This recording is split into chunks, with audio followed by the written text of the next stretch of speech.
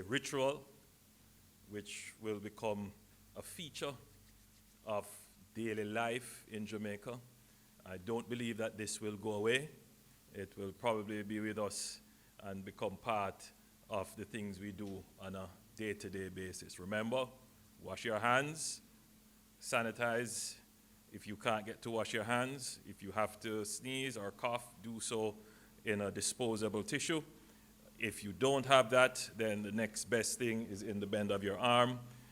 But even then, try not to touch, spread in terms of having sneezed or cough. Don't touch your face. Try as best. It's hard for me to do it, and I'm asking people to do it, but please don't touch your face. And then maintain social distancing. I'm looking at a minimum audience here today, and everyone is more than 3 feet apart, which is good. So as we had promised last week that we would now have our press conferences done virtually, online, and we are now living up to that. So, Cabinet met today. We didn't meet virtually. We met at the Cabinet offices. And we had a fairly long agenda, mostly reviewing measures that are already in place and figuring out ways to improve those measures. We started off by looking at how we were managing crisis. We had an offer from a private sector consulting firm to work with the government to establish a crisis management support unit, which we have decided will be attached to the Office of the Cabinet, and that will support the ministers, support the Office of the Prime Minister, support the Cabinet as a whole in our decision making, in providing us with information, with scanning the horizon for new threats which we have not factored in, and with helping us to organize and strengthen the management of the crisis response. And I think that that is a good thing for the government, good thing for the Cabinet. It will certainly help us to be able to deliver the service that the public is expecting of their government. We have made a decision not to seek an extension of the quarantine in Bull Bay. So at midnight tonight, that will come to an end. This is not to say that the residents of Bull Bay should not continue to maintain a high level of vigilance and caution, all the social distancing and the recommended hygiene practices. The Ministry of Health has 8 persons, I gather, under surveillance for testing, and they are awaiting the results of those tests. Those persons remain under quarantine, and the Ministry of Health has a heightened presence and surveillance of the Bull Bay community. So even though the quarantine will be lifted, the Ministry of Health will have a presence and will continue its surveillance of the area. At this point, I will invite the Minister of Health to give his update. Thank you very much, Prime Minister. So the latest numbers as it relates to persons who have tested positive for the coronavirus, COVID-19, are 34 new confirmed cases within the last 24 hours. So of the total number, 20 are imported cases, with, of course, 1 death, which was announced earlier, and 8 are import-related cases. And 2 are under investigation. The new cases are as follows: an 87-year-old male from Manchester with a travel history, which includes New York, a 51-year-old male from St. Catherine with a travel history that includes New York, and a 52-year-old male with no travel history but a close contact of a visitor from Canada who reported ill upon return to Canada. And the 4th is a 56-year-old male from Manchester with no travel history but was in contact with tourists from several countries. And the investigation as it relates to this particular individual continues. In terms of testing, we have now tested 189, we have done 189 samples, tests. So that would be 250, sorry. 250 tests. 30, as said earlier, would have tested positive, and the rest negative, with 2 pending. We will elaborate more. Maybe I'll ask the CMO, well, the PM will ask the CMO later on to elaborate more on the testing method, because I know that's a point of discussion and some amount of contention. But we have expanded the testing methodology to look at not just persons who we have traced, but also persons with severe upper respiratory ailment, in an attempt to establish a control group to see to what extent the virus may be spreading throughout the community. And that is giving us a good indication as to the rate of spread, and the CMO, when she speaks, can give better details on that. But so far, I think we're encouraged in terms of what we have.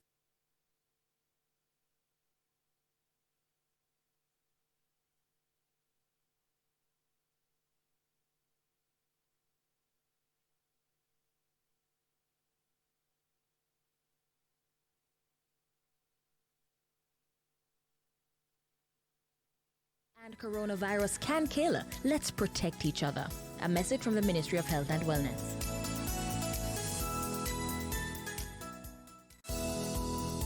Reduce your risk of viral illnesses like the flu and coronavirus. Wash your hands frequently with soap and water. Cover your nose and mouth when coughing with a tissue and dispose of it. Avoid close contact with anyone with a cold or flu-like symptoms. If you become ill, please visit your doctor or the nearest health center and share your travel history. The flu and coronavirus can kill. Let's protect.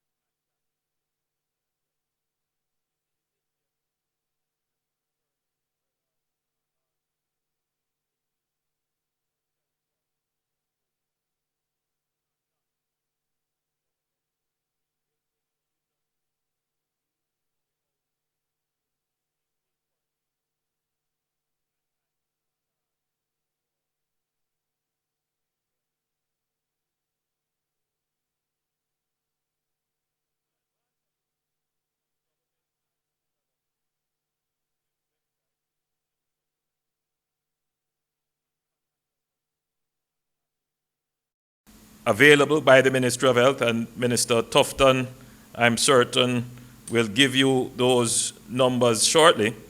But I want to, for the benefit of the public, just read out the website.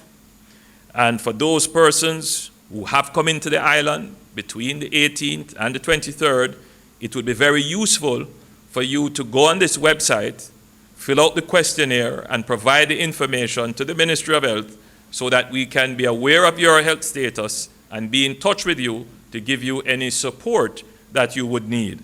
This website is Jam COVID-19, that is JAMCOVID19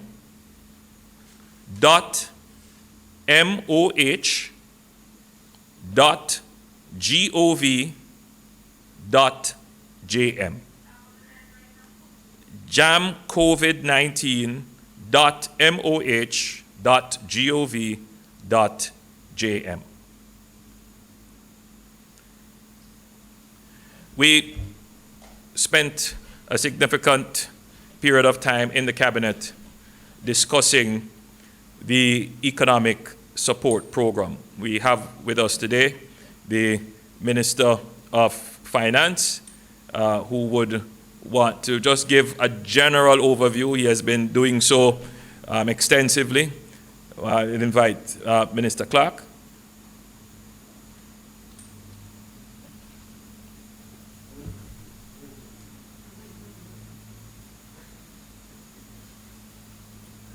Thank you, Prime Minister. The COVID pandemic, as I've said in Parliament and I've said since, is going to lead to a significant economic shock to Jamaica and to the world. World growth is projected to decline and to decline significantly this year, and no doubt Jamaica, as an economy that's connected to other economies, will be affected. In addition, as we've seen, we expect that the robust employment figures that Jamaica has been enjoying will experience some kind of interruption as a result of this crisis. What is important, however, is that the crisis is temporary in nature. By definition, it is brought on by a pandemic that requires persons to restrict their movements and for economic activity to be curtailed. And therefore, it's not related to any structural imbalances in any particular economy, but to the effects to counter the pandemic. So we want to make sure that when you have a crisis that's temporary in nature, we want to make sure that we have a response such that temporary problems don't lead to permanent, a temporary crisis doesn't lead to permanent problems. And that's why the government is responding in the way that it has, with a care program that is geared towards keeping employees connected with their employers, and where that is not possible, supporting employees who have become disconnected. The platform for the intervention, an intervention of this nature, doesn't exist because Jamaica has never had to, or never been in a position to intervene at the scale we're considering intervening in this way, in a discrete basis where individuals can apply and receive transfers, receive benefits. As a result of that, the systems are being built and designed now. Most of the intervention will take place via an online platform where persons, either through their mobile phone or through a computer, will be able to access, and small businesses and businesses in general will be able to access the system, will be able to put their data, upload their particular data, and importantly, we will require a verification. At the end of the day, this is taxpayers' money, and it's money coming from you as a taxpayer, and you will want to ensure that your funds are going to persons who indeed have been affected by this pandemic, and your funds are being directed first and foremost to the persons who are most affected, the sectors that are most affected, and then out from there. So the verification process will be an important part of it, and having people upload online will make verification easier. We'll have a call center that will be available. Persons can call a number and get responses to their questions and get help with filling out the online application form. These applications the online platform, which your fellow Jamaicans in the Ministry of Finance, in Accountants General's Chambers, in Tax Administration Jamaica, working alongside the professionals at Gov't Jamaica, are working to put this platform in place. They're working around the clock, this online platform, and the platform should go live on April 9th, and you will be able to apply for one of the programs that have been outlined.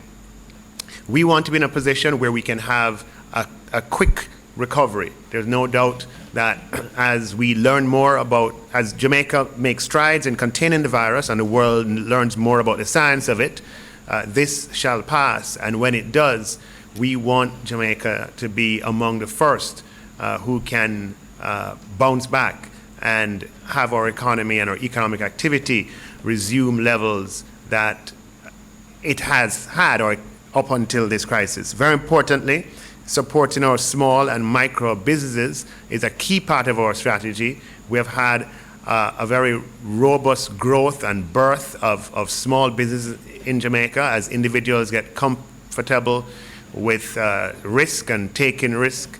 We've had a large increase in the persons borrowing to start new businesses, and for that reason we're very keen to support those micro and small businesses. So we encourage them to apply online when this facility becomes available on the 9th of April.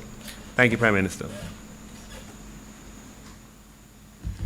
Thank you, Minister of Finance. And I again just wanted to reiterate a point that the Minister of Finance made, that Jamaica has never had a platform that would allow it to intervene in a time of crisis in such a discreet way, meaning intervene on an individual level to ensure that the benefit of the government intervention actually gets to the persons who are targeted for the intervention. So we have intervened in mass ways for groups, but the beneficiary systems have never been precise, and therefore in between what the government intends to deliver versus what actually gets to the citizen, there is oftentimes a gap.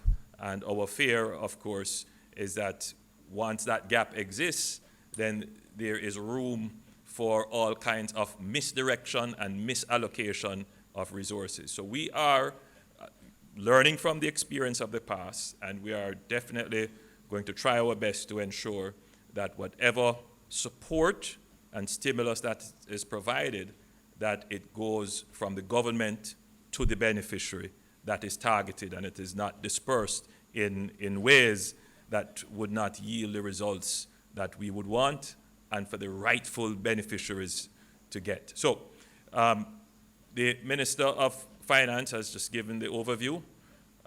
The details, of course, will come when we go live with our online platform. As an aside point, we also discussed putting the NIDS on a faster track to implementation. It is clear that if we had the national system of identification, then it would be far easier for the government to provide this kind of individualized benefit system that would be to the benefit of all. The truth is we now don't have that system. We are behind in its implementation. We still have new legislation to bring to the cabinet and to the parliament, but we cannot waste a crisis. Now is the time when we really need to have the system, and we're going to move as quickly as possible within the boundaries of the laws and constitution to ensure that every citizen of Jamaica has a unique identifier that will be able to ensure that whatever benefits that come from the government will go directly to them. So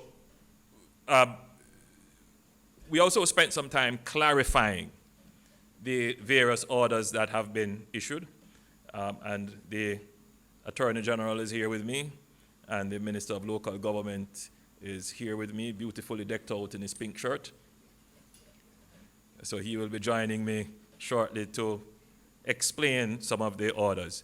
I have seen persons sending around videos, and I have received the complaints that some of the entities which have been exempted from the gathering regulation, that is the 10 persons gathering, have been conducting their operations in such a way that it defeats the very purpose of the orders, which is to ensure that there is no spread, general spread of the virus. So we're seeing businesses having long lines outside where social distancing rules are not being abided by. People are closing doors and only taking in 10 at a time. Let me give an overview, and then the Attorney General could give further explanations. The rule regarding gathering is an absolutely important rule. It reduces the probability of spread of the disease within a population. We have decided to go with a moderate rule. There are other countries that have very stringent rules. Down to 3 persons can gather in close proximity at any one place. We have kept ours at 10, and most countries seem to be gathering around that average of 10 in terms of what their orders would look like. We have exempted some businesses, some entities from this general gathering rule of 10 persons. Some exempted entities would be the market, for example, markets, supermarkets, pharmacies. We had said gas stations earlier. We had said financial institutions and the tax office and the customs office.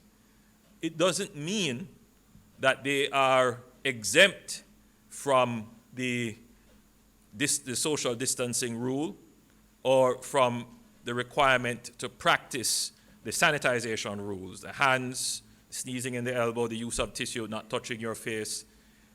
Those rules still apply. What we are saying to operators of these entities, people who manage these entities and people who use services provided by these entities, is that within the space that you are going to be occupying, you must ensure that everyone is at least 3 feet apart.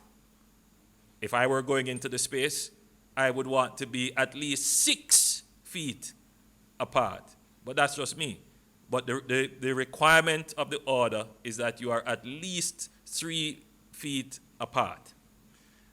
And the persons who are managing these entities should at all times put in place the systems that would be having a surveillance of the space to ensure that this is maintained.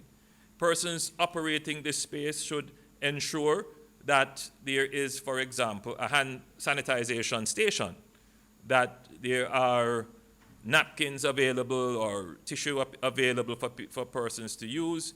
These kinds of provisions to ensure that the space is maintained in such a way that it is not an area in which there is a high probability of spread. So, for example, supermarkets, no need to only take 10 persons at a time. Look at your floor space and see how many persons could fit within that floor space without violating the minimum 3 feet apart, and put in place the necessary hand sanitization stations, the signs, and these other things which are important in ensuring that we maintain the essence of the order. Attorney General, if you would want to join me to give further explanations. Thank you, Prime Minister.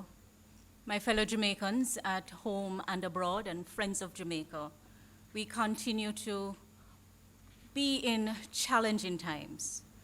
We are monitoring and managing a crisis that is unprecedented. I would like to just use the opportunity to say that I see the debate is raging in the public space about the constitutionality of the measures that we have taken. Be assured that debate is also taking place internally within the government. I want to let you know that for every action we have taken, especially as those actions relate to the rights of our people, they are limited to containing the spread of this contagious disease, and they're also limited in time. So let the debates rage, but be assured that those of us who are here in government, especially the Prime Minister and his team, we have to take actions in real time to deal with issues that are unfolding before us. We don't have the luxury of sitting down and getting into niceties, but we must carefully consider what we're doing and be assured that is what we have done. Just to say again that at this stage, we have opted to utilize the Disaster Risk Management Act. And that is because this is a multi-sectoral crisis that we're facing. And we took the view that it requires a multi-sectoral approach. And at this time, the 2015 Disaster Risk Management Act is the newest provision we have on our law books that enable us to deploy all of government in addressing the issue. Prime Minister has promulgated the disaster risk management enforcement measures, and we have been clarifying those measures. He has pointed out that we are restricting movements because the medical experts tell us that that is critical to containing the spread of the disease, and so the quarantine rules are designed that way. The rules in relation to social distancing and staying at home are also measures that are directly related to containing the pandemic, the crisis that we're facing. So we have the general stay at home rule that if you can work from home, you should do so, and this requires an assessment within organizations of the duties that are assigned to each employee. And we continue to say work from home if you can, because the science tells us that everyone has a role to play, and the biggest role is just to stay home, stay out of the way of being at risk and being at harm. So we've also looked at those who are most vulnerable, again, informed by the data provided by the medical experts. We have vulnerability by virtue of age and vulnerability by virtue of underlying conditions. We have addressed specifically the age issue in the order promulgated by the Prime Minister, and we have asked persons who are 65 years and over to work from home where they can, and we have asked persons who are 75 years and over to stay home for a period of time. And these prohibitions are part of our way of discharging our responsibility to you and to ensure that you are protected as best as circumstances permit.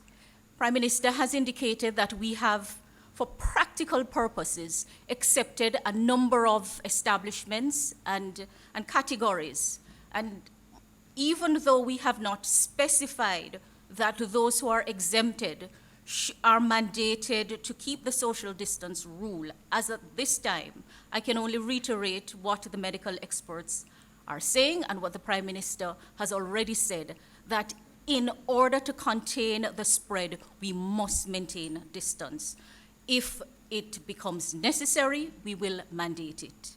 So right now, we are, as we assess, we will escalate up as the need arises and as we are advised by the experts.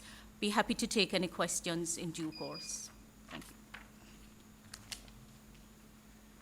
So I'm going to invite next the Minister of Local Government to give further clarity and to seek the cooperation of several of our entities which fall directly under the supervision and regulation of the municipal authorities.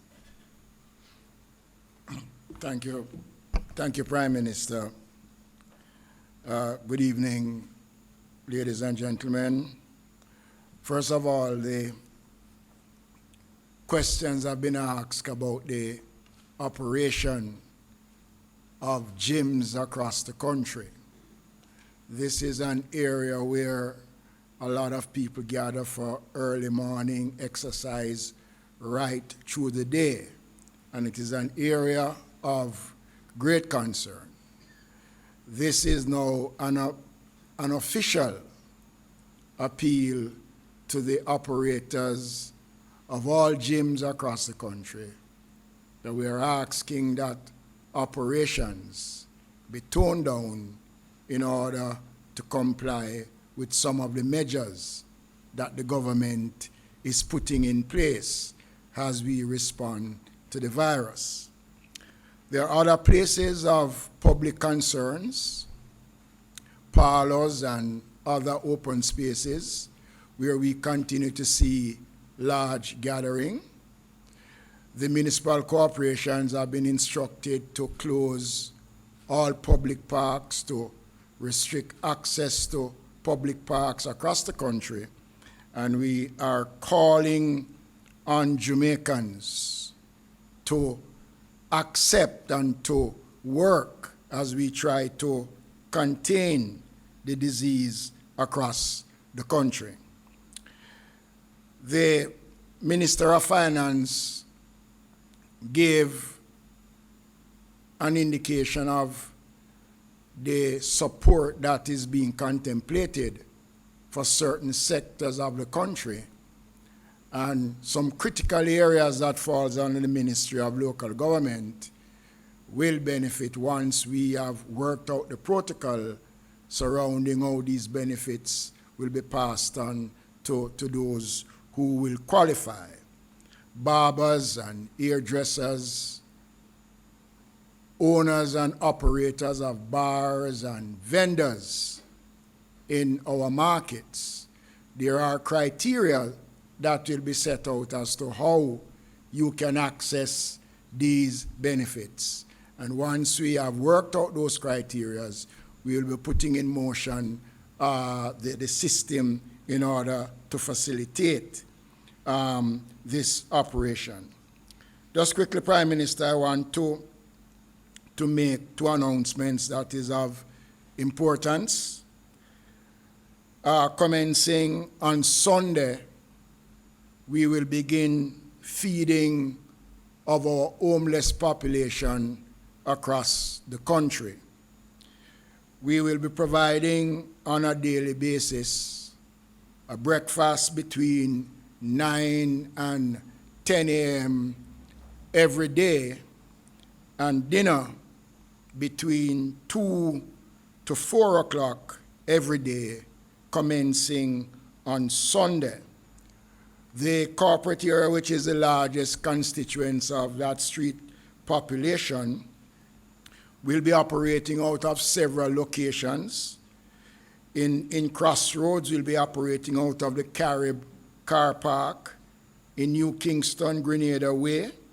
In Halfway Tree, the Bethel Baptist Church, and the car park at the KSAC, the Kingston and St. Andrew Municipal Corporation building in downtown Kingston. So this feeding program will complement what we are presently doing in the other parishes where our drop-in facilities are providing daily meal and supply for persons living on the streets of the country. We are now working assiduously to find a location which we intend to put in motion early next week, where we can take some of these persons off the street, especially in the corporate area, on a temporary basis. Local government is critical to community development, and the councillors play a critical role in this fight against the COVID-19. And therefore, the government, through the Ministry of Local Government, will be making $140 million available to be used amongst councillors. These funds will be used under specific guidelines that is set out by the ministry, along with the Ministry of Finance and the Ministry of Health. And the details of those programs will be worked out, but the benefits of this program is to reach those in the various communities across the country who are affected by what is taking place. So again, let me urge my fellow Jamaicans, especially the operators of public gyms and open spaces, that we are now asking that you come on board and with immediate effect tone down or cease operations in these areas. Thank you. Thank you, Minister. Just to reinforce, particularly, we've been getting many complaints about the operations of gyms. And, you know, it's a delicate balancing act. We're encouraging people to still get their exercise. Exercise is important to building immunity. But gyms in particular are places where you have to share surfaces, and you possibly are operating in very close quarters. So gyms will be under the surveillance of the Ministry of Health to ensure that they are maintaining the social distancing, that they have the necessary sanitization practices to ensure that there is no spread in those areas. And if, having reviewed their operations, we form the opinion that we are not getting the cooperation necessary, then we will adjust the order as necessary to ensure that there is no spread. We are walking on a tightrope. We are trying to keep the economy going along, and we are trying to prevent the spread of the disease. We can only do both if everyone cooperates, and that's really the key message. There's been a lot of questions about testing and our testing capacity, and why are we not testing like other countries are testing. I'm going to invite our CMO, who has explained already, but to explain again and to give a further update. CMO?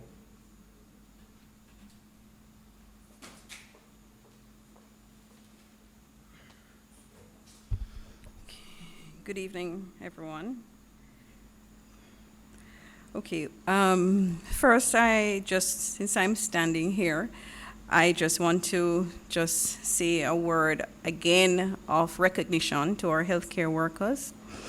I want to commend in particular the teams that have been on the ground doing the contact tracing, really and truly in all the regions and in almost all the parishes. They have been doing a tremendous job. They have been out there going from home to home, interacting with quite a broad section of the community. And I just want to thank the people of Jamaica for assisting them in their work. I just want to reach out also to the hospital staff. I know that a lot of them are feeling a lot of pressures. We have patients admitted who are suspected and confirmed cases in quite a few of our hospitals at this time. And I know that the staff is pressured in terms of managing personal protective equipment, in managing all the news that is around them, you know, especially where we are seeing that healthcare workers right across the world are being affected severely and having severe outcomes in this global outbreak. So I just wanted to assure them that the Ministry of Health is procuring and to ensure that all the necessary protective equipment is in place. We have done our survey of the hospitals and of the regional health authorities, and we still are maintaining that we do have personal protective equipment in place.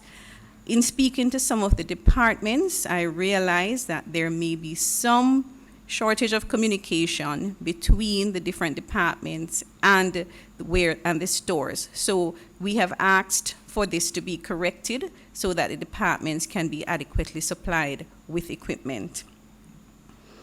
I just want to say a word in terms of the Bull Bay community that is being released from quarantine this evening or tonight.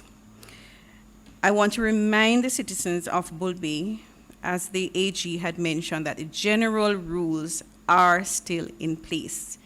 So therefore, there's a general stay home as much as possible. Limit your chance of being exposed to someone who is ill, and protect your elderly relatives and limit their exposure. Protect the persons in your families who have chronic illnesses.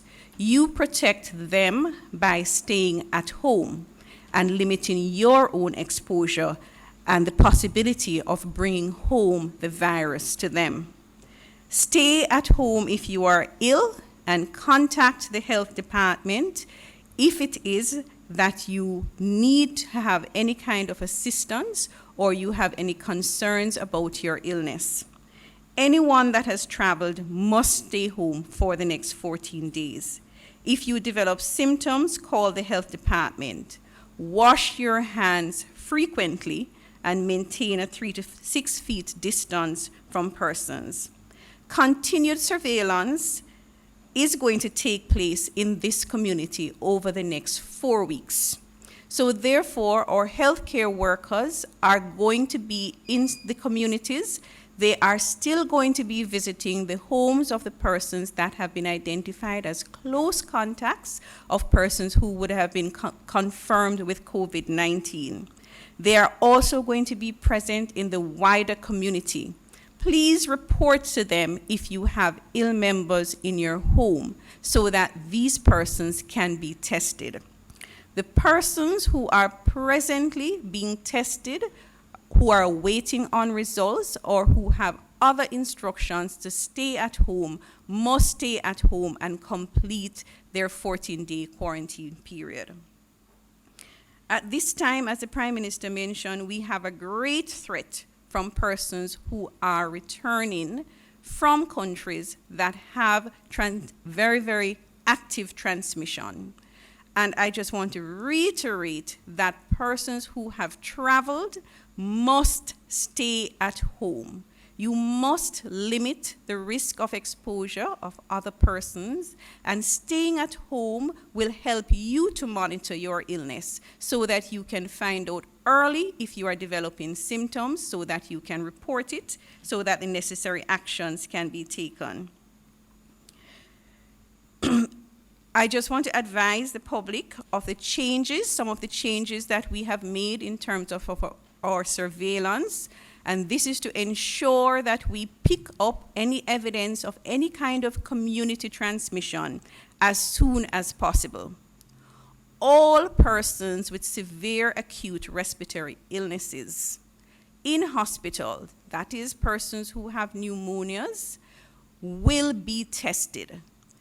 These persons are from across the entire island. So once you are in hospital and you have a severe acute respiratory infection, you will be tested. All our healthcare workers who develop any kind of acute respiratory infection will also be tested. All our persons who visit our health centers and our accident and emergency department, we will be doing a sampling of those persons to determine if there is any kind of spread in the community. So not everyone will be tested, but everyone will be advised to stay home if they have any problems and to report if there's any worsening of their symptoms so that the necessary action can be taken. But a certain amount of those persons on a regular, routine basis will be tested across the country from the hospitals, A&E departments, and from the primary care facilities. In order to allow for this testing to take place, I should mention also that in addition to that, we will be testing whether symptomatic or asymptomatic direct contacts of those persons who have been confirmed with COVID-19. These measures are in addition to the testing of persons who are suspected cases. A suspected case meaning a person that has traveled to an area where there is active transmission or who have been in contact with somebody who has COVID-19 and now have acute respiratory symptoms or severe, whether it be severe or not. In order to facilitate this testing, we have expanded and we are in the process of expanding our testing capacity. We are in the process of expanding our sites for testing.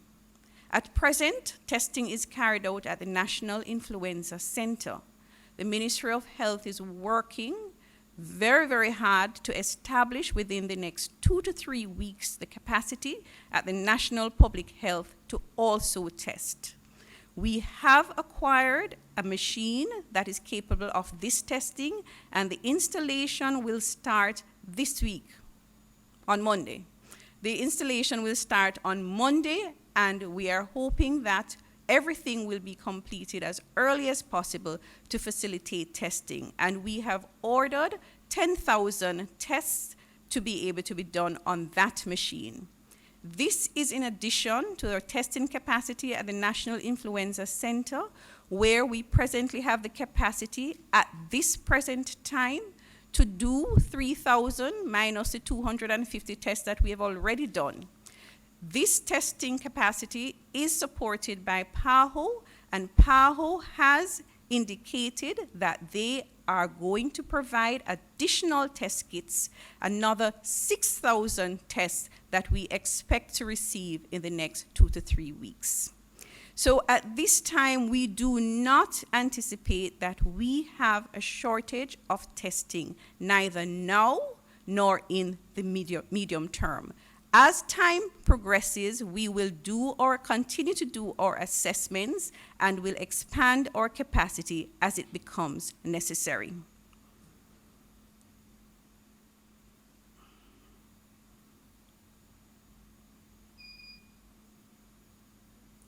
Okay. Prime Minister, I think I'll finish. So you were going on so beautifully, CMO, I thought you had another point to make. But the CMO made some very important points, and I just want to pick up on the point about testing, because the media reports, the information that is circulating, and indeed the WHO have recommended increased testing as part of the toolkit of the government.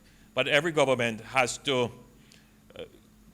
organize its toolkit in such a way based upon the exigencies of its own resources. So some countries may be able to have, hundreds of thousands of tests done without having an impact on the resources available to do other things, because, Jamaica does not have unlimited resources. So if we decide to focus on one thing, it could be to the detriment of others. So it's about making the priority decisions. And I believe that what the CMO has said is that we are expanding the base of testing, we are expanding the targets for testing, we are increasing the capacity for testing, both in terms of the actual tests themselves, but also in terms of the machine and the equipment to do the tests, which will last for many years. So if,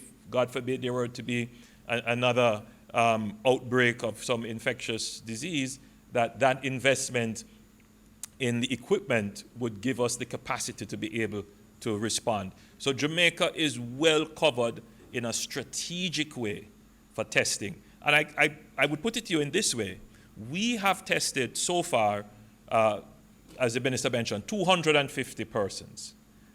To date, we have confirmed out of that 250 that have come to us by virtue of imported cases, contacts of imported cases, and traces done, and people who would have come into hospitals, and we have tested all of those. And we have 30 cases. Now, that's about 12%. So having tested 250 persons, 12% of that. Now, people might say that is low, but that is the result. That is what we have. And we have spent some time in cabinet with the health professionals, with the public health professionals, to say what else can we do to make sure that we're not missing anything. And what the CMO has said is that she has tested persons as a control group within our hospitals that are reporting flu-like pneumonias symptom. You want to tell us what the result of that testing was?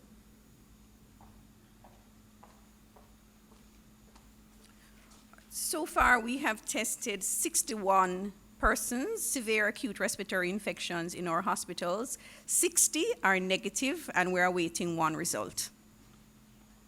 So what this is saying is that people who are in hospitals who have flu-like symptoms, pneumonia, or other symptoms of the flu, are also tested. So we're not just testing persons who we have traced for COVID-19 or who have COVID-19, but persons who have other symptoms within that general category of symptoms that are flu-like. And for the 60 you have tested, 0 results so far, 1 you're still waiting on.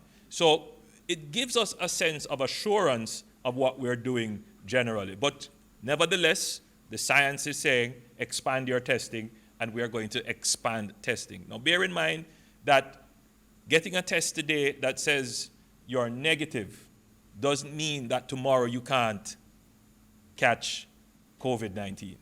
So it does give you some sense as to where there are clusterings happening when you do tests, but the test itself does not prevent you from getting the disease. We also focused on some of the HR matters, the human resource management matters, and the permanent secretary in the Ministry of Health would want to give you an update. PS?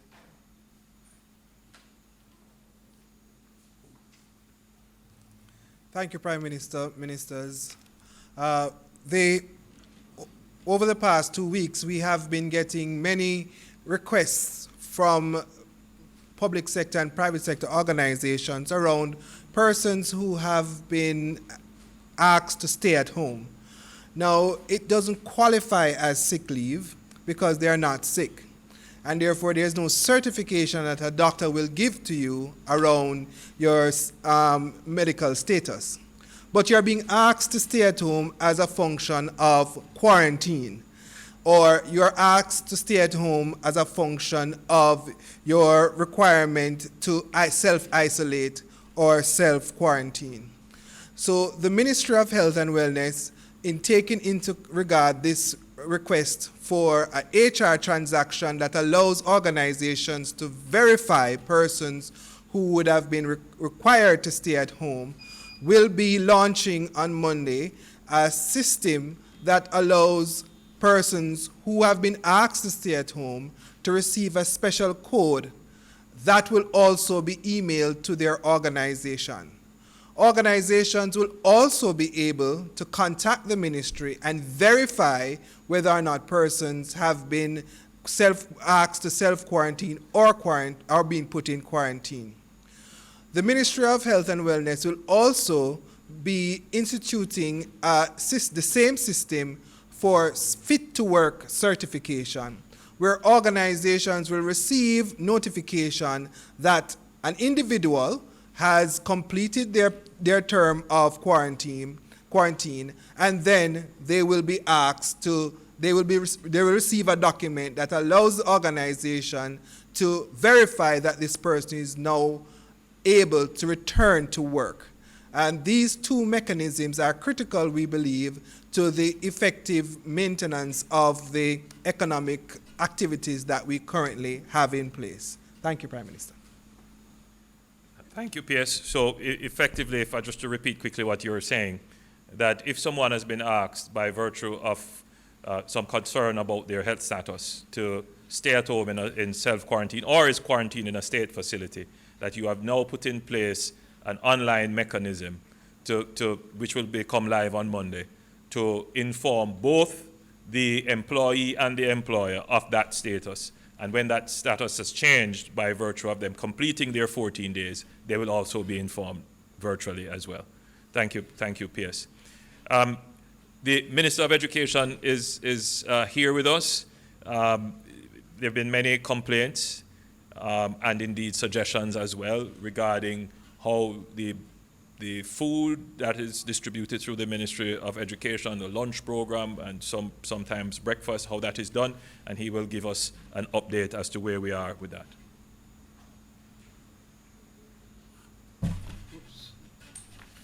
Thank you, Prime Minister. I'm not going to detain you because as I look around, I realize that most of you folks are a bit younger than I am, and my quarantine time is up. So I bet, or has just begun. I have to get back. The fact of the matter is, I want to take this opportunity to thank the parents of the children who have had to stay home, and the tremendous amount of effort that has been put into ensuring that they get the appropriate lessons, that they attend to their lessons, and I'm very hopeful that the results coming out of the PEP this year will see an improvement because of the level of intensity and concentration that this method that we have implemented through the internet is paying healthy dividends. I want to extend my appreciation also on behalf of the entire, all Jamaica, for the tremendous work being done by the teachers across the length and breadth of this country.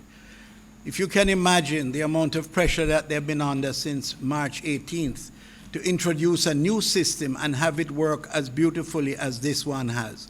I'm very proud of them. They continue to show the kind of quality that we have in this country in our teachers, and I have utmost confidence in them. Now, you have heard the Prime Minister mention the question of the feeding program. Well, we have heard them also, and we have listened to the people. And we have decided as a consequence that because of the journey that they had to take and the cost attendant thereto, we have decided that we would add the sum of money for the lunches and the breakfast program and the lunches to the PATH program and pay that monthly. So the parents will have the money in cash that will be passed through the regional offices and communicated to the parents. So they will be responsible over this period to providing lunch and breakfast for the students. No longer will any boxes of lunches transported to locations where they can be collected and so on, which will be a great relief, I'm sure, to many. With respect to the holding of the PEP, as anticipated, you must realize by this that the exams have had to be canceled for this, or extended, postponed. And so the fact of the matter is that we will be undertaking them in the months of June and July, and they'll be marked in August, and the placements will be made in September. This is the same approach that we're going to be adopted, that's going to be adopted with the CXC, the CSET, and of course, City and Guilds is also looking at the same time frame, same format.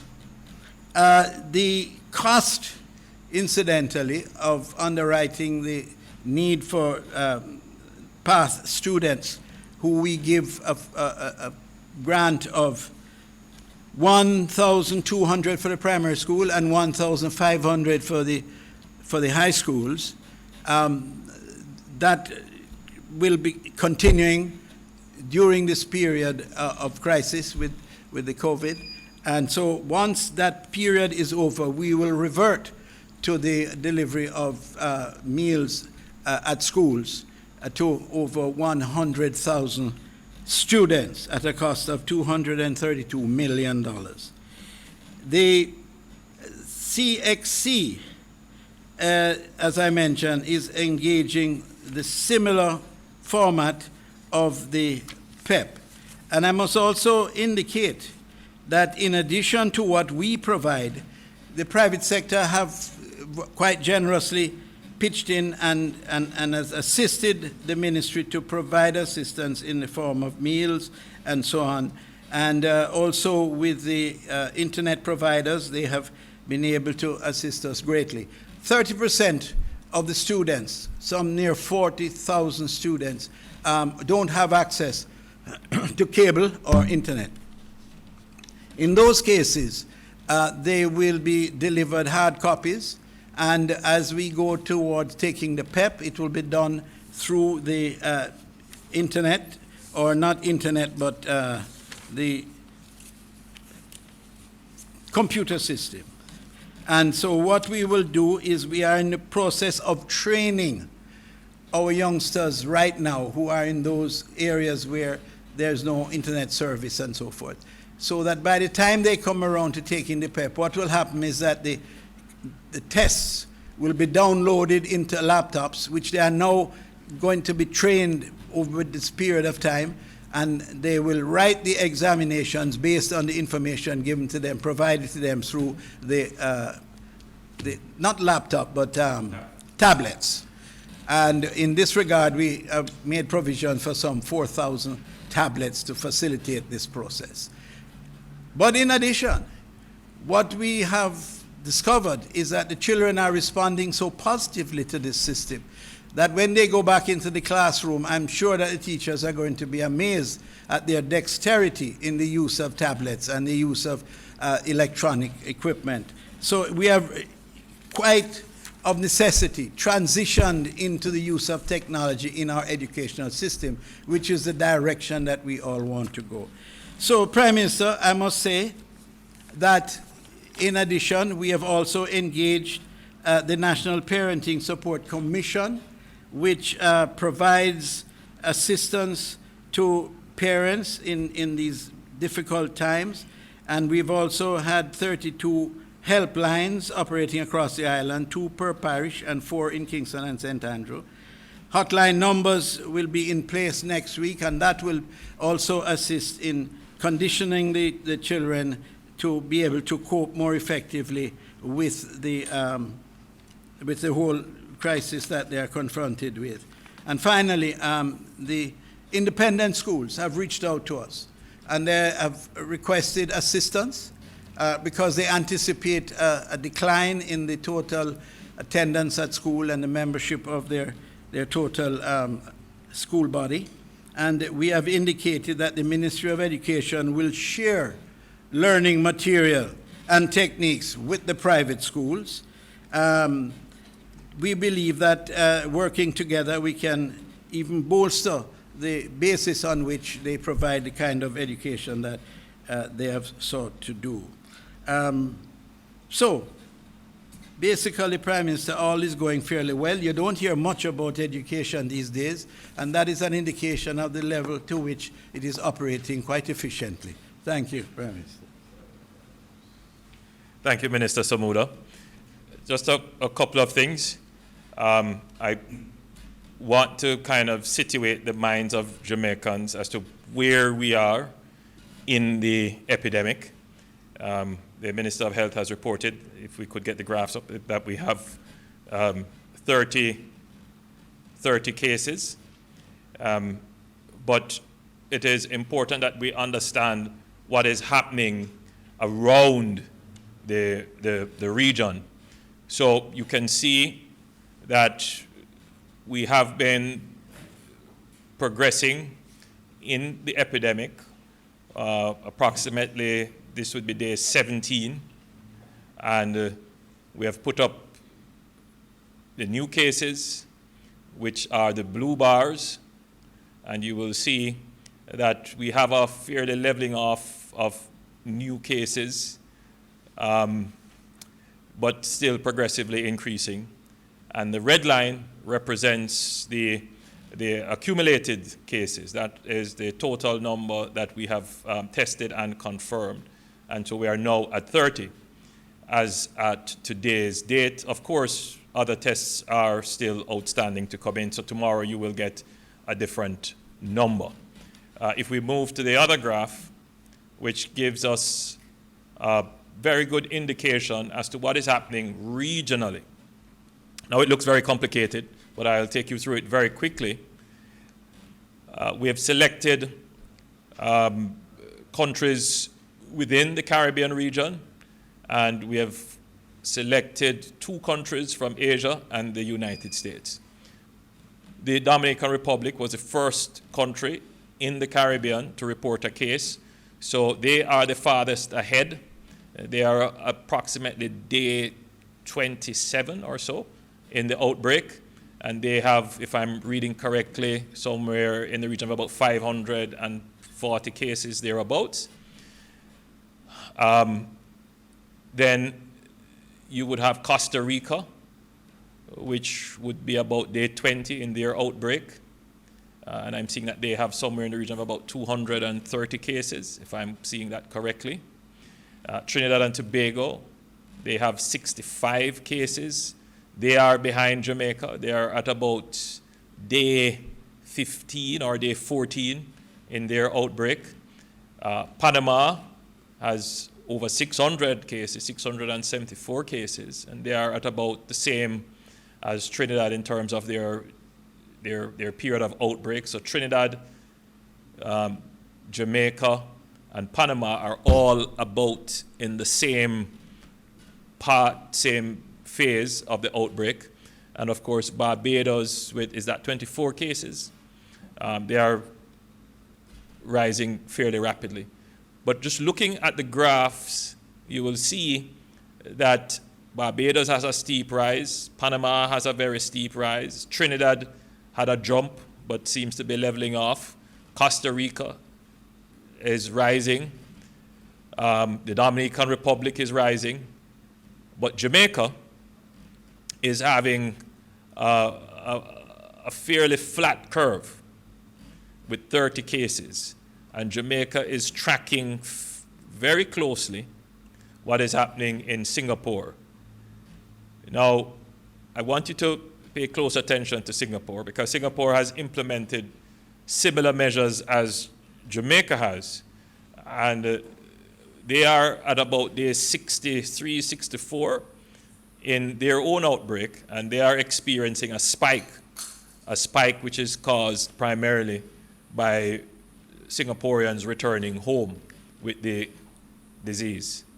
You can see that the United States, they went for a fairly long period very flat in terms of confirmed cases. Now they are having a spike with over 100,000 cases. You would see as well that Singapore spiked, South Korea spiked, but now they have managed to level off.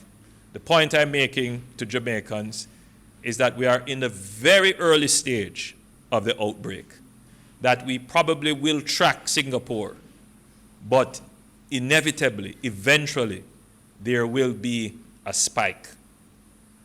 What the government is trying to do is to ensure that the spike is not out of control, that the spike does not go beyond what our health system can adequately address. What are the things that could cause our curve to look like Barbados, Panama, Costa Rica, the Dominican Republic?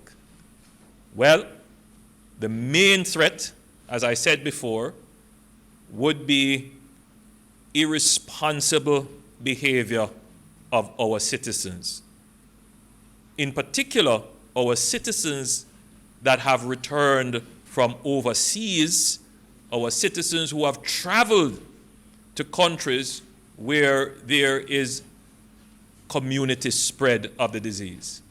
We know of cases, and we don't reveal names, we don't give any details. Health information always remains private.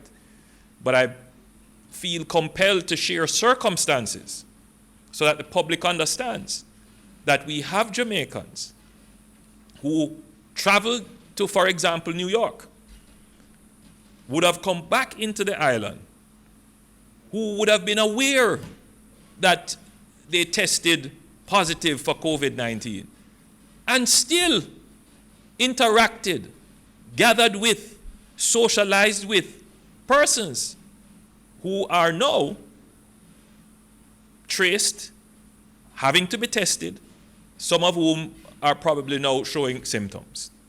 One positive as a result of that action. Now that, in my opinion, is the heights of irresponsibility and almost deliberateness in action. It is, these kinds of action which cause a spike in the infections. We will never know about these irresponsible behaviors, and there might be multiples of them right across Jamaica happening right now, which we are only going to discover 3 or 4 or 5 days down the road when we see a huge number of cases coming to our attention because they are symptomatic and now having to be tested and then confirmed. And then you will see a spike. Now, what that means is that we have to hospitalize them. And for every person we hospitalize, that's a bed that we are using. That's the nurses that we have to put in place. Now, what happens to the people who we already have to treat with, who are just ill with normal things, with the hypertension, the diabetes? We have to be responsible. Yes, we know that there is a stigma that is emerging around the COVID-19. And the Minister of Health and everyone who has spoken has said there needs not be any stigma. What needs to happen now is that every Jamaican needs to be responsible. So if you know that you have traveled, and I'm appealing using this platform, you have traveled to a country within the last 14 days, specifically you have come into Jamaica from the 18th, please put yourself in quarantine. We have put up a website. I gather that when I announced it, there was so much traffic to it, the site crashed, but they have corrected that now. The site is up, and it will be displayed on the screen. Give us your information, self-report. Let us know what is your health status so we can help you if you are showing symptoms, so we can come and get you. Very important, very important. Let us keep our curve in Jamaica flat. Just to go back to the graph so that people see what I'm saying. Let us keep our curve flat. Notice Jamaica is the blue line. You can't even see it because it is flat. You notice that all the other lines are trending up. Let us keep our line flat. A couple other things I want to address before we close. There seems to be quite a panic about a shutdown. The government has to be very open and at the same time very cautious about how it treats with information, because there is a residual mistrust of government. And that is unfortunately the case, and we have to treat with that. In Parliament, I indicated that if our situation deteriorates in terms of the number of cases that we have to treat with, then a tool in our toolbox to treat with the epidemic would be a shutdown. We have not contemplated using that tool because the numbers don't justify it. We are in the phase where it is justified, but the numbers do not justify it just yet. If people behave irresponsibly and there is a spike, then the government would have to consider a total lockdown of the country. But at this point, that is not a contemplation. However, I also said that the public should prepare. And we can't share that information without understanding that there will be some panic, but there need not be any panic. People now need to be concerned, need to be aware, but importantly, people need to be prepared. So take your time and prepare. When I say take your time, I don't mean move slowly, but you certainly don't need to panic. I think we have been very upfront. We have shared all the information we can in the hopes that the public will take it in the best way and use it the best way possible. And as it relates to sharing information, we have come across this voice note falsely accusing the Attorney General of providing information that there will be a lockdown in Westmoreland. Now that is the heights of public mischief, and the law covers that. And indeed, I have passed the voice note to the relevant authority, who advised me that they have been monitoring, and they have already picked up that voice note, and that very soon we will see some action. I say this because there is a sense that people can break the law with impunity. I think the AG would say there are those who are immune to the law. Well, let me tell you, we are going to enforce the law. We won't be able to enforce against everyone, but certainly those that come to our attention and those that we investigate and find evidence on, we will enforce. The Minister of Health informed me today as well that charges are going to be brought against those who stole. Well, they have been charged. 4 persons have been charged who stole the personal protective equipment, of which we are now hearing complaints, we don't have enough, we don't have enough. We don't have enough because our own people have stolen them. So we have to, at this time, it's a learning, it's a learning moment for our young nation. That if we're going to recover from this crisis and be stronger, then our public order and law enforcement must play a critical role in ensuring that all Jamaicans act responsibly. Ladies and gentlemen, thank you. Questions? Thank you so much, Mr. Prime Minister. Today we have on our Zoom platform several media entities, and the representatives will show on your screen, sir, along with questions from media and the general public on social media. Let's go to the media on Zoom, and we have from Nationwide, Brittany. Brittany, if you could, as you would when you are here, just identify yourself and certainly ask your question. All right, can you hear me? Perfectly, go ahead. Perfectly. Okay, thank you. Brittany Clark, Nationwide News. So I have 2 quick questions. The first one, approximately how many persons have arrived in the island between March 18 and March 23? And how far are we in the process of tracking those persons down in terms of numbers? And secondly, given the circumstances, is the government of the view that self-quarantine protocol is not being observed by citizens of the country? Well, I'm going to decline answering the question as to how many Jamaicans came in. That number, we discussed it at Cabinet, but we're still just trying to make sure that we have the correct number. But it would be in the region, it would be over 2,000 that would have come into the island.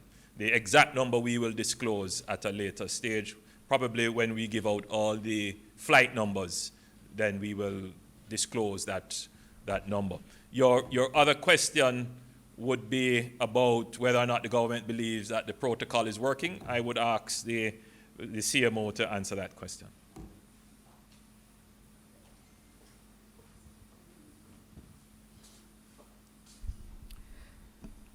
I believe that the numbers that we are seeing presently in terms of the 30 confirmed cases, and I believe 18 of these are imported, 21 of these are imported cases. So the majority of cases that we're seeing are imported cases. And we've had 9 contacts. So that suggests that yes, some persons are staying home and are sticking to the self-quarantine. As a matter of fact, as time has gone by, in the interviewing of the persons that are positive, we have found a better response because we have found that the traffic in terms of their movements in most of the persons, the latter persons that we have picked up has been less. It can get better. It can get better, and at this time, this is what it is going to take for us to break the transmission, for persons to be more vigilant in staying home, and especially, as the Prime Minister mentioned, those persons that came in since the the ban on the UK. After that ban, we had a lot of persons that have come in from other countries that were not included in the ban, and then we had a lot of other Jamaicans that have come home.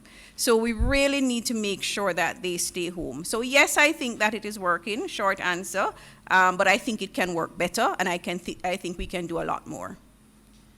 Thank you. Thank you, CMO. Prime Minister, up next is the Gleaner. Let's see. On the Zoom, we go to the question from Zoom. Yes, go ahead.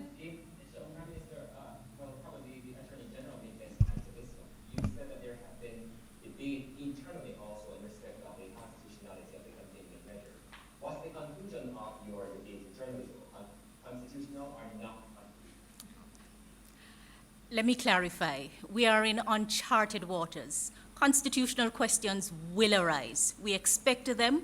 We have raised some of our own internally.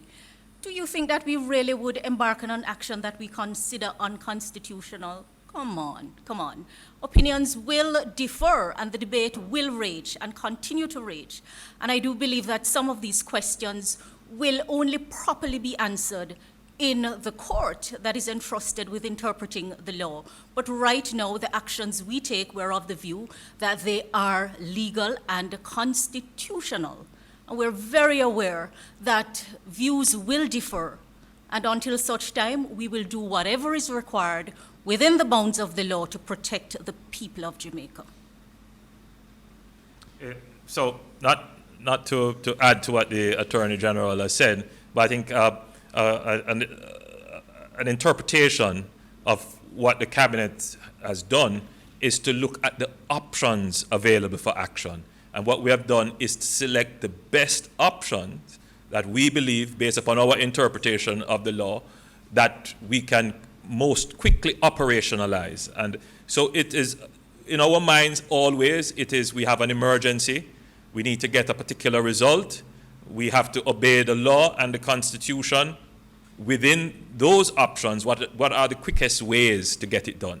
And, the Cabinet is, it's like our brain, we always second guess, we always seek other opinions, but at the end of the day, we come to a decision and then we act.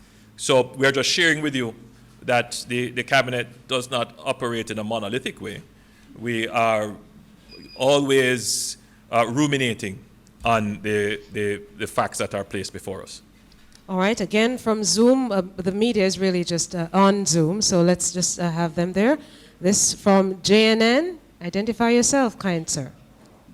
I'm Michael Sharp from Jamaica News Network, JNN. Mr. Prime Minister, you say we should prepare for the worst, but at the same time, don't panic. Can you assist us in terms of your modeling?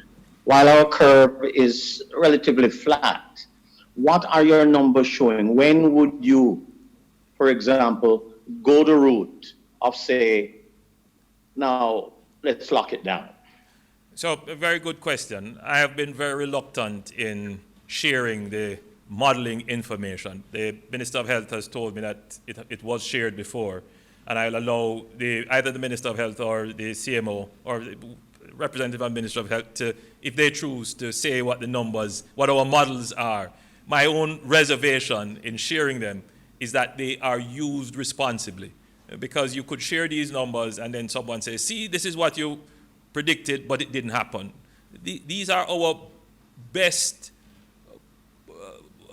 perspectives. They are our best assessment, but they do not represent what will happen in reality. So I'll ask the Minister of Health if you so wish.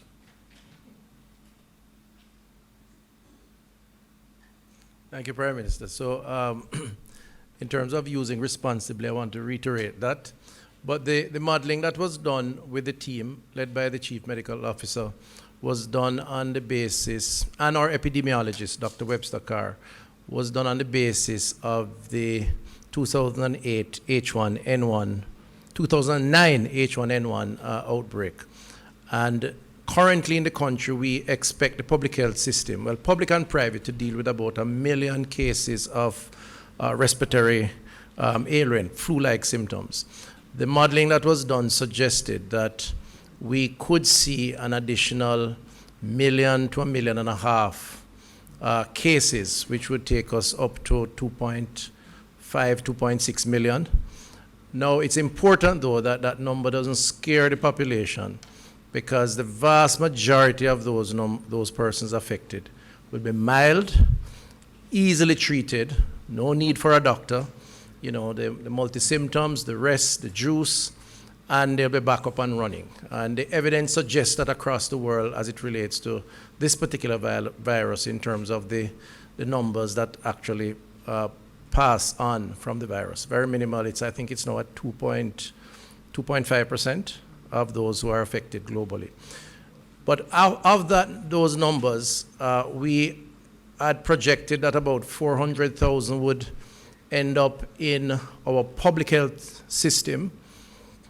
And of that number, approximately 2,000 or thereabouts would be serious enough to be hospitalized. And of those numbers, about 350 to 400 would be severe enough to require high dependency or ICU care. And that's where pneumonia would be the sort of common ailment, which of course, depending on your underlying condition, your age, your immune system, could result in fatalities.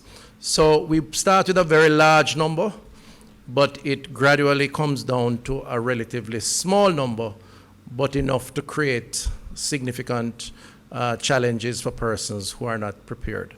And we are preparing the health system to deal with those numbers. Thank you, Minister. Prime Minister, it's 2 minutes past 8 o'clock on a Friday evening. I just have a few more. I know Alicia Dunkley is waiting from the Observer in line. Let me just quickly go to Twitter for you. Sanjay Lewis from Power 106. I think the SMO might have spoken to it, but he's still asking, is there a plan to increase testing? And also from Twitter, Emily Crooks is asking, in light of the UK Prime Minister and others in government in the UK having tested positive for COVID-19, and your orders, Prime Minister, for people to work from home, when will you start working from home? I plan to work from home today, but so we are thinking about a protocol about whenever there is a crisis, there is an element of the crisis which is leadership. And leadership has to think about the continuation of government, the continuation of the entity, the continuation of the enterprise. So even for us as members of parliament, cabinet ministers, we have to think of a protocol. The Ministry of Health has a protocol where they rotate, they allow critical leadership to take a break, refresh, and come back. Yeah, I hope you are following the protocol strictly. And we in the cabinet will have to be following, yes, we will have to be following that protocol. We started last week where we had our virtual meetings, and we intend to continue with those virtual meetings. I certainly will have to be in office on Monday. Tuesday, I'm planning to work from home. Wednesday, I'm planning to work from home. Thursday and Friday, we may be back in the office. So yes, I too am taking off and working from home. The Minister of Health, I will place him under quarantine if he doesn't take a break. Thank you, sir. Let's go to Zoom. Alicia? Thank you. Alicia here from The Observer. I heard just now that there were contemplations for the police to further be used as it relates to tracking the individuals who have come into the island between the 18th of March going onwards. There have been concerns raised by the Police Federation as to the strain on the members. During your contemplations or discussions today, was that an issue that came up? Was there anything that you spoke about that you would want the public to know? Certainly. As it relates to police and the resource? Yesterday, we had our National Security Council meeting, which, you know, we have been very disciplined in having our National Security Council meeting. We have not missed a month that we haven't had that meeting. We spent almost all the time discussing the response of the security forces, and quite a bit of emphasis was placed on the response of the JCF. The commissioner informed me that he has trained a number in the hundreds of officers to specially respond to the COVID-19 threat, and that special response would be the necessary gears and the necessary protocols as to how they would treat with it. I couldn't tell you whether or not that number is sufficient and how well dispersed they are around the island. I'm certain that the JCF at some point will give an indication. As I said earlier in my presentation, in treating with the crisis, law enforcement and public order will be critical to us coming out of the crisis. And when we're talking about law enforcement and public order, it is the JCF. Now is the time when we will have to rely on the JCF. We, however, cannot place our men and women at risk without providing them, first of all, with the proper gears and with the right training and standard operating procedures to allow them to effectively execute the tasks assigned to them. So we are not saying that the police by themselves will be asked to do this. Certainly they would have to do this in conjunction with the health officials and at the direction of the health officials. But since you have raised a question, let me repeat. We have asked the police to scrub the manifests that are there, pick up addresses that we have, to work with the Ministry of Health, to visit addresses, to see whether or not these addresses are suitable places for quarantine, and if the persons are there, to track and trace them, and if they are not observing the quarantine, it would be the discretion of the Ministry of Health and the officers to either warn or charge or place in state quarantine. If we go a second time and there is still a non-observance of the quarantine protocol, then definitely charges will be laid and those persons placed into quarantine, state quarantine, and the enforcement will be at that point complete. Thank you, sir. We've done Zoom, we've done Twitter. Let's go to our last two questions then from Facebook. Justice is asking, has anyone left hospital who's recovered? And finally, the final question, sir, why not ask the airlines to release names of the arrivals in Jamaica in this temporary public matter? Okay, so on the first question of anyone being released, no, but we do have a number of persons, I think numbering about 4 persons who are now asymptomatic. In other words, they've passed through the worst. 6 persons who are asymptomatic. So they have passed through the worst. They're not showing the signs, the coughing, the sneezing, the fever, and so on. There is a protocol for releasing these individuals, and the protocol is simple. 2 negative tests within a 48-hour period. So you do a test today. If it's negative, you wait 2 days, you do another test. If it's negative, then they are released. We have done a few tests on these individuals and they have come back positive. And as a consequence, we have to hold them. I want to ask for 10 seconds to say it's part of the dilemma that we face as it relates to a holding area, which is why we need these rooms, because the clinical theory on a person transitioning from being ill to being well is based on getting that negative test. During the asymptomatic period, when they are not showing the signs, they are termed in medical jargon to be shedding the virus, which makes them highly contagious to persons they come in contact with, even though they show no symptoms. And I'm told that that could go up to 30 days. So we have to find somewhere to house them while they are shedding so that they do not contaminate other persons. And that is why we need these transition facilities, if you will, because otherwise we have to keep them in the hospital, in isolation, which takes up the space for others who really need it to occupy. So we have these 6 persons who we will test again, I believe, in another day or 2, and we'll keep doing that until they are able to be released. Does that also cover the airlines issue? Oh, for the airlines, we are very careful about releasing personal information in this time. There's many legal implications around that. However, if it is assessed, if we do take a careful assessment of it and we see that this is the only option, then it may be something that we would consider. But we will not release the names just yet or right now. What we will do, however, is to release the airline, the flight numbers, and the dates that the flights have come in, and ask the public vigilance and support to help us in identifying persons who have returned to the island on the flights that we have put in, on the dates that we have announced, and who are not maintaining quarantine. Sir, there are two questions that were submitted long before. I'm just seeing them concerning, is the government considering a reporting hotline for persons who know of others not observing the quarantine order? Coming from the Gleaner earlier, and 18 Degrees North, Ms. Zara Burton is asking, is dizziness one of the symptoms of COVID-19? Apparently she's saying that there is some miscommunication with what is on the hotline and what she understands symptoms to be. So those are the last two questions. Well, as it relates to whether or not we have a hotline up, yes, we do have the 888 One Love. We also have emails. It's COVID-19 at moh.gov.jm.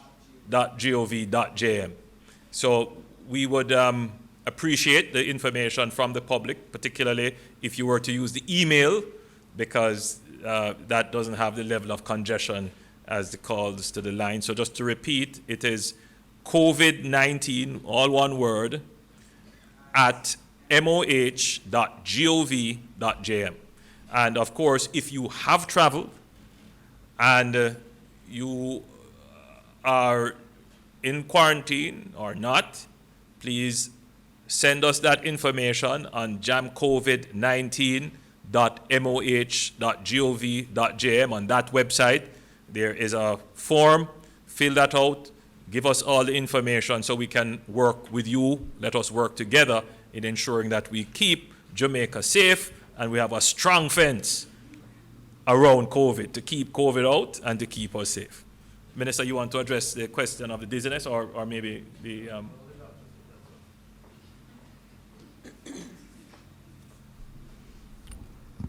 I just want to say to members of the public that we are working out some of the kinks with the hotlines in terms of for persons to get medical attention, all right? When we define an infectious disease and we're looking at surveillance measures, then we are going to say what are the commonest symptoms. But symptoms vary in various populations. You have the elderly population who will respond differently. You have the very young who will respond differently.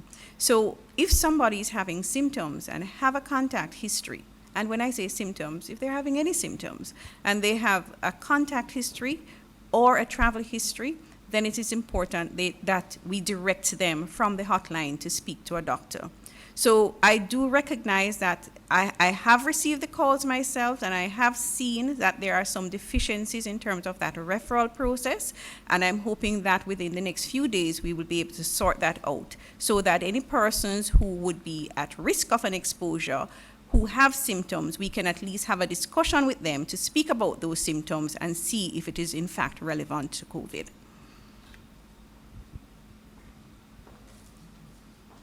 So CMO, you're saying that dizziness may be, but it is not one of the common symptoms. It's not one of the common symptoms, but they should have a discussion with a doctor. Yeah. So that's what we need to sort out to make sure that anybody who's having symptoms speaks to a doctor, because it may be an elderly person who would have had that travel history or had a contact history, could maybe have a first. All right, so dizziness by itself could not be said, would not by itself. So you'd want to look at, first of all, a contact history or a travel history or something that defines a risk of exposure. And then on top of that, any symptom would then need to be investigated. Ladies and gentlemen, it was a great pleasure. Thanks for joining us. Thanks to the media. Thanks to my team here, and again, thanks to the men and women of our health services and our security forces who literally are on the front lines of this battle. Thank you very much, ladies and gentlemen.